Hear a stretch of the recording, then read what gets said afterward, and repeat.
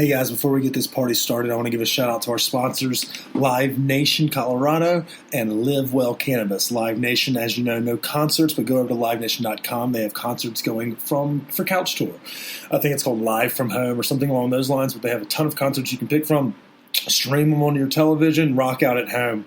And then what better way to rock out than with a nice hearty buzz? So I'd recommend stopping in one of the multiple locations that are open across the state at Live Well Cannabis. Let them know we sent you. They won't give you shit for free, but it'll be a good time nonetheless. I don't think I'm supposed to cuss in our ad reads, but here we are. It's quarantine. It's a Friday.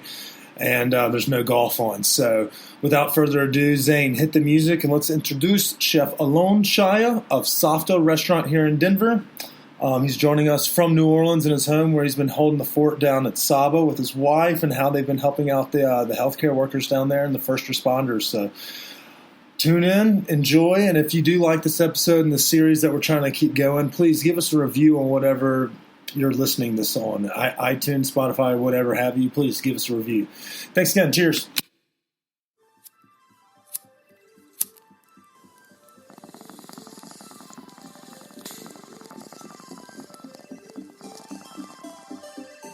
The suppression of the use of marijuana and of the forces lurking behind it are the most important jobs this department is now engaged in. In 1930, the records on marijuana in the Washington office of the Narcotics Division scarcely filled a small folder like this.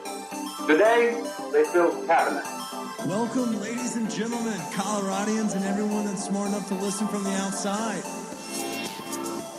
It's one of the most amazing plants we've ever discovered.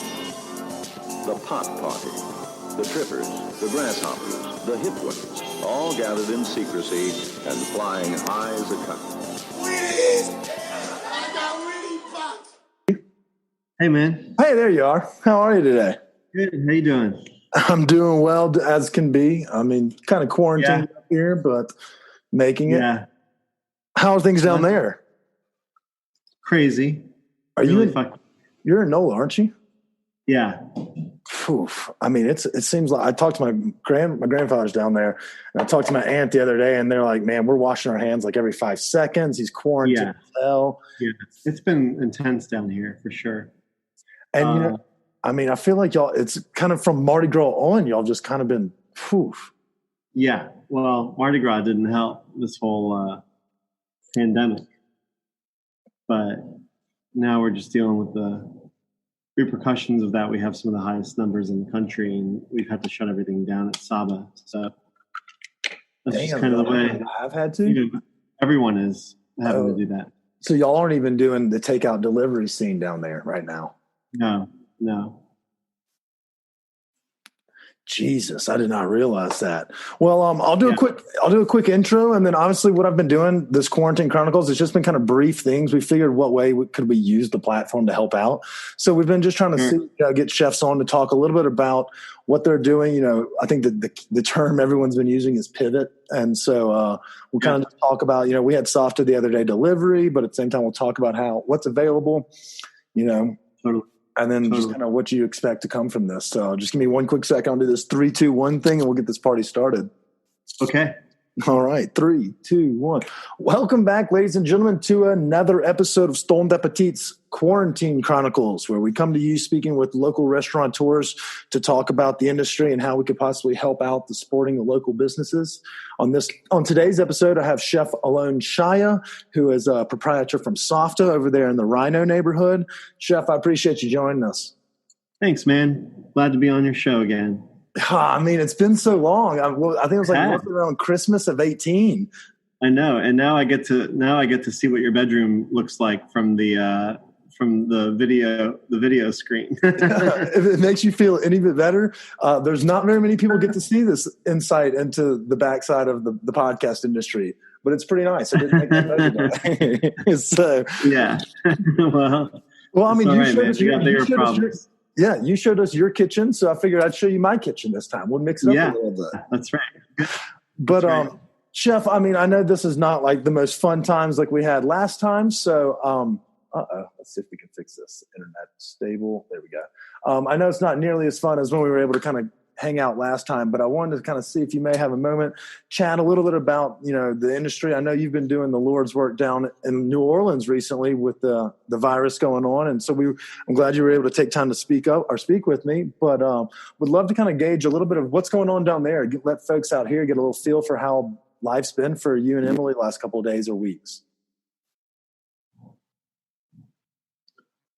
Well, can you hear me okay?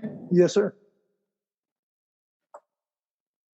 Okay. The connection seems to be a little, I'm only catching like every few words you're saying. Crap. Let's see if I can fix that. But I'm just closing out. It might just be an internet. It may just be an internet connectivity thing. Let's see if make sure I'm on the right internet. Give me 1 second. We're going to see if we can switch over to one internet to the other and make sure that everything's copacetic. Okay. But that was a good question by me. I hate that I ruined it. Yeah, I'm sorry. I missed it. No, that was all on me. Don't blame anyone but yourself. Don't blame anyone but me. But I'd ask, just paint a little picture. You and your wife are down there working in New Orleans right now, where y'all are kind of set up base. How are things down there? What's going on? Well, what we've done in New Orleans is really just kind of shut everything down and just given our team the mental and physical break that they need right now. We were rocking and rolling with to-go and delivery at Saba. We were doing hummus at the local grocery stores. And we found ourselves too busy. We found ourselves with having to bring on too many people to make all that happen. And we figured that with the numbers so high in New Orleans, it just made sense to just stop. So now I'm in my kitchen at home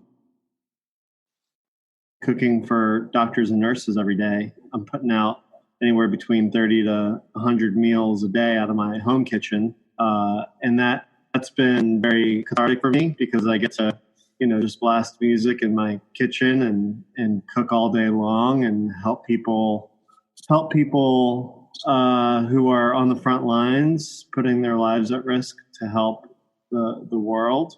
And it's brought me a lot of, it's brought me a lot of joy to be able to help people like that. That's what I do. As a chef, I cook for people to bring them comfort and to bring them a sense of happiness. And if our hummus can do that in the ICU, then I'm all for it. I saw, without being a stalker, I saw your wife was on her Instagram. Y'all were doing red beans and rice yesterday, which is the NOLA. Yeah. I mean, I was very envious. Yeah. She is the bean queen. She's the bean queen. So she put out 77 meals yesterday for hospital workers out of our kitchen. And I think, like, for me, that is where I feel I can be served. I can serve best is at my home where it's safe. There's no one coming in. There's only Emily and I here, and we are able to do everything we can to help the community. I think it takes a village, and everyone's got to do whatever they can right now to help their local medical professionals. And I couldn't agree more. And I feel for that's home for me is the boot and the Mississippi Gulf Coast and Jackson and all that area. So I appreciate y'all looking out for those that are down there, because it does seem like that's like the second epicenter of the United States. Is y'all are literally in the hotbed. And so one thing I'm trying to be positive and think that maybe because New Orleans is a totally different beast in itself, from Mardi Gras to everything else that, sure. It's a very tourist, friendly community, how hopefully we don't see like Denver is, going to have to go to those stages next where y'all have had to even like for the safety of the employees, just closing down everything. Like restaurants are just like, we can't chance it right now because it seems like it's crazy down there right now. I've never seen Bourbon Street literally with nobody on it, but those streets. No one has. Eerie. No one has. It's very eerie. And I think that, depending on what city you're in, you can, make different decisions on what you feel is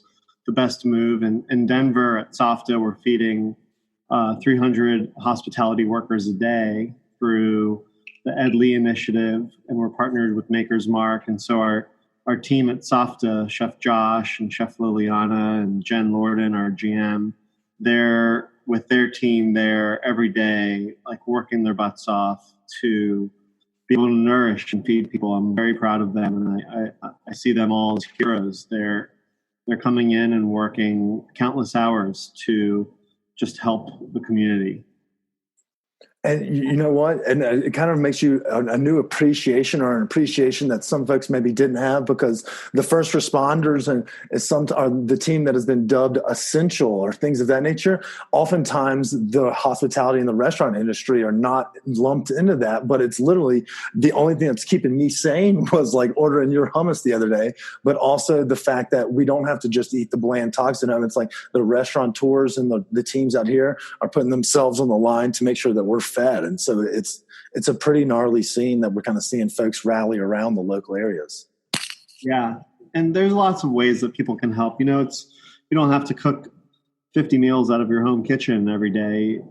You don't have to go and, try to save people on the street. I mean, you can help by doing lots of things. You can donate to a foundation that's doing something that you feel is important.